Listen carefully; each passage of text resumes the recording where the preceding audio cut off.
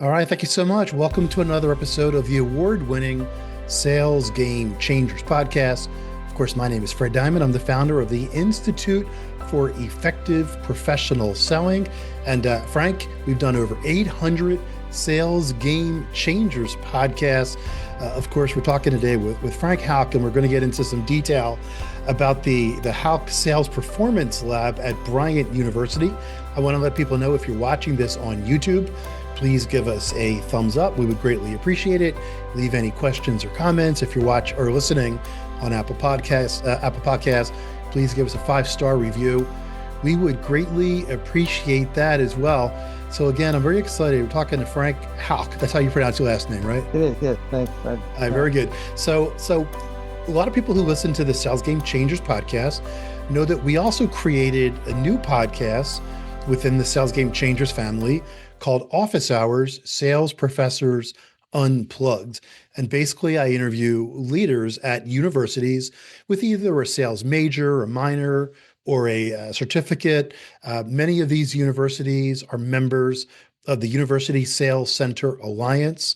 And I frequently interview them, of course, and I've gone to a number of competitions. And at the competitions I've gone to, people said, you need to go to Bryant University. You need to see what Dr. Stephanie Boyer is doing up there. And you need to see the Hauck Sales Performance Lab. So there was a competition up at Bryant University. For people who are listening, it's about 10 miles west of Providence, Yep. up in Rhode Island. And interestingly, my son was a student at Johnson and Wales. So we knew Providence relatively well when he was a student there.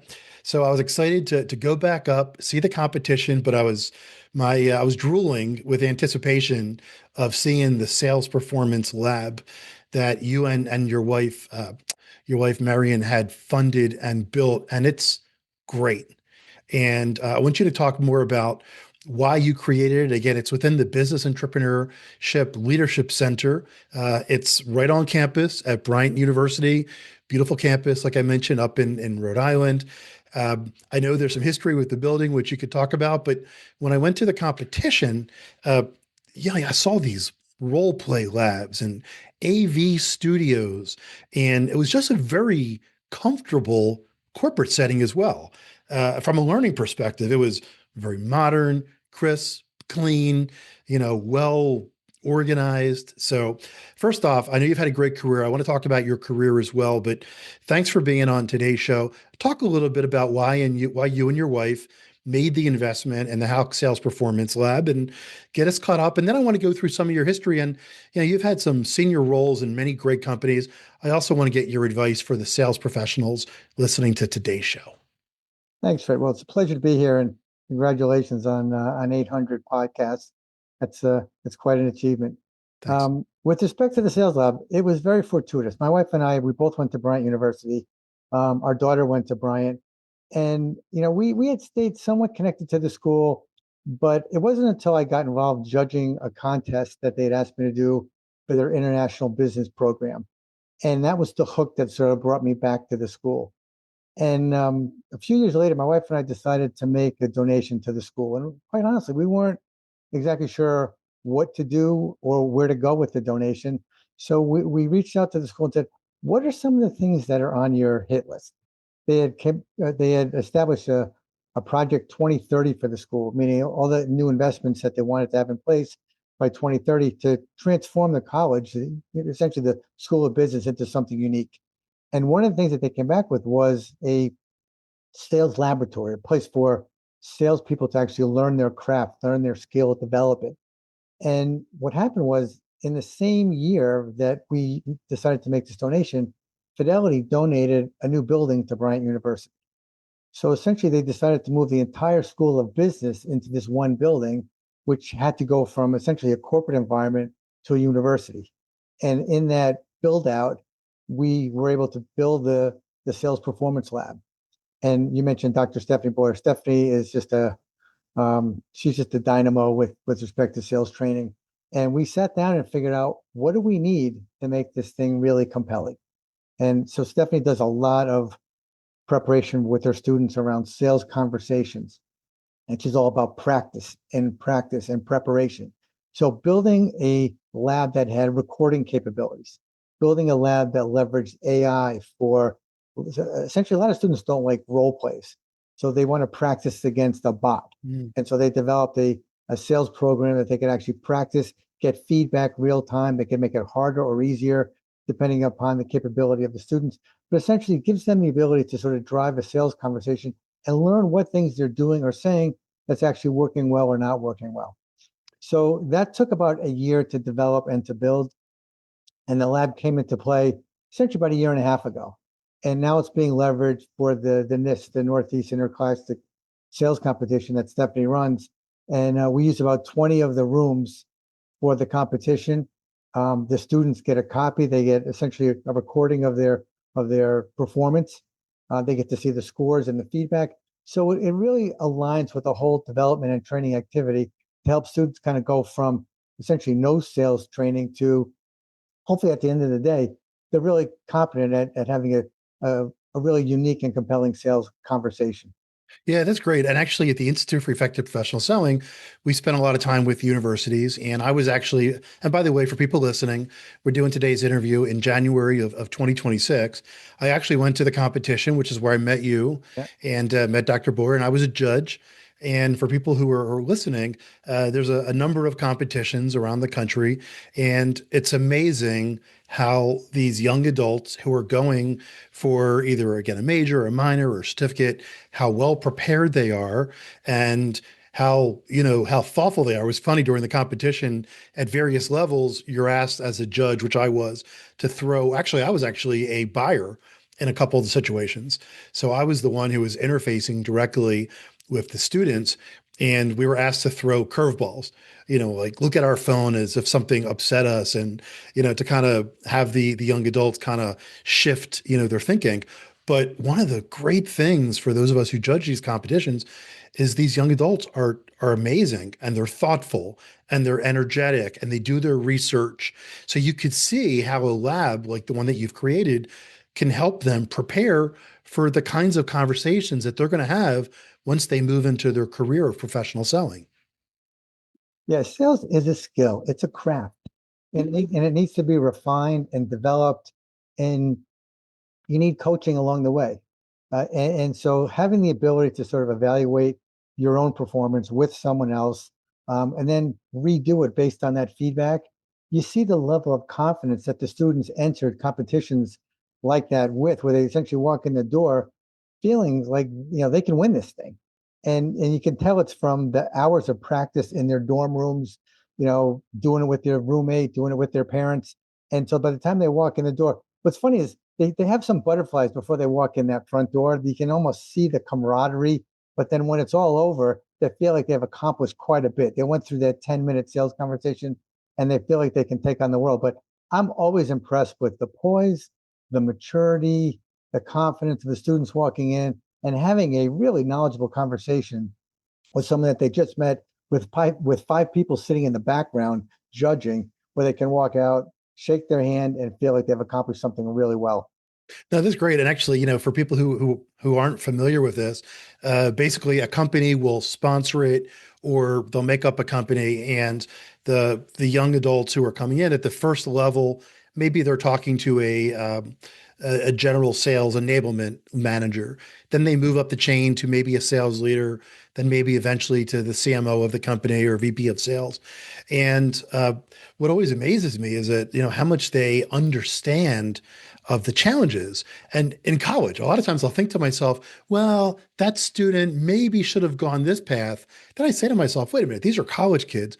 And Frank, at the Institute for Effective Professional Selling, we work with young adults who are new to sales, working for great B2B, or in some cases B2G, business to government companies, like we'll talk about in a second, where you've held great leadership, career.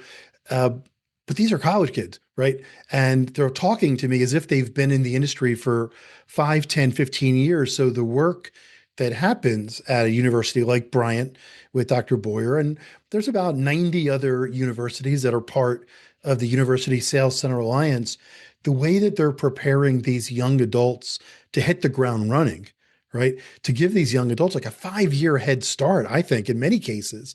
So the AV and the capabilities and the AI that you've built into the performance lab is amazing. Are you very much involved still with what happens at the lab and how it's going to grow? And what are some of your visions for the future? So essentially, it's a living place where new technology will come down the road. Our objective is to leverage it across the board to continue to bring in new tools and resources, whether it be leveraging CRMs that the students will learn in the school, Mm. to leveraging things to drive a differentiated customer experience. All the technology that people are working on to sort of leverage new prospecting tools, whether it be AI tools, all those things are going to be part of the lab going forward. And so in fact, I'm working with Bryant to figure out how to get a tie between their AI lab and the sales lab, and to hopefully even have a similar type of a performance competition between schools where people would get essentially a business problem, and then they would leverage the AI tools around them to help solve it, and then present it back similar to what they do in the sales performance contest. So you get that knowledge building process, that preparation, and then the ability to articulate to a senior leadership set of judges, your thought on how to best solve the problem. All right. So you've held senior roles in your career. And again, you're giving back, which is great. So talk about your advice. Give us a brief synopsis of your career, like in 45 seconds or so. And then I want your advice. What is your advice? You've led thousands of sales professionals. You've worked with thousands of customers, partners. I want to get so tell us how you eventually culminated your career. And then I want to get your 3 or 4 advice for sales professionals on how to be more successful. Sure. So I entered sales probably the middle part of my career. I spent about 10 years inside of EMC, who is now part of Dell, running the services organization. And in part of that, we had the rocket ship of the 90s was really successful at EMC. We went, from essentially 100 million in revenue to like 12 billion.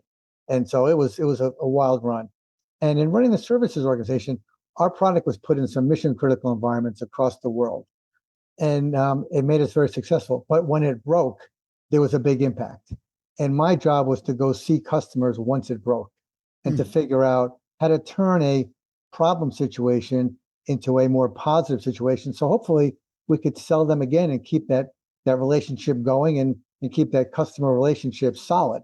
And that journey sometimes took place by me, traveling out there, explaining what happened, why it happened, what I'm doing so it's not going to happen again, and hopefully to build the confidence so that the customers would still view us as a strong and strategic business partner. And so in doing so, I spent a lot of time with salespeople and I spent a lot of time with customers. And over those 10 years, I developed some really strong relationships across the board, so that in 2001, I was able to take on not only the services group, but also the sales organization at EMC. And so we essentially had several thousand people in our sales team. And I've worked with some of the best sales folks in the world. I was very fortunate to inherit the team that I did. These folks, I view them a certain way. They had a desire to work with the best because they wanted to learn from the best, and they wanted to every day compete against the best because ultimately they wanted to be the best. So the people that I was able to work with, I would see them at the club events every year. And one of the things I noticed was a lot of times it's the same people showing up every year, which is difficult to do because once you've achieved, a certain level of success, your quota typically gets raised. So to be able to do it year in and year out, these are some really special sales folks.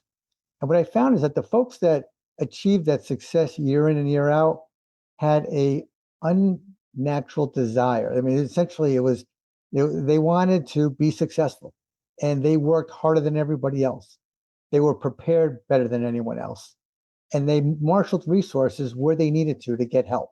They weren't shy about looking for whether it be the leader of the engineering department or the CEO to help them essentially interact with their customers in a way to change the conversation.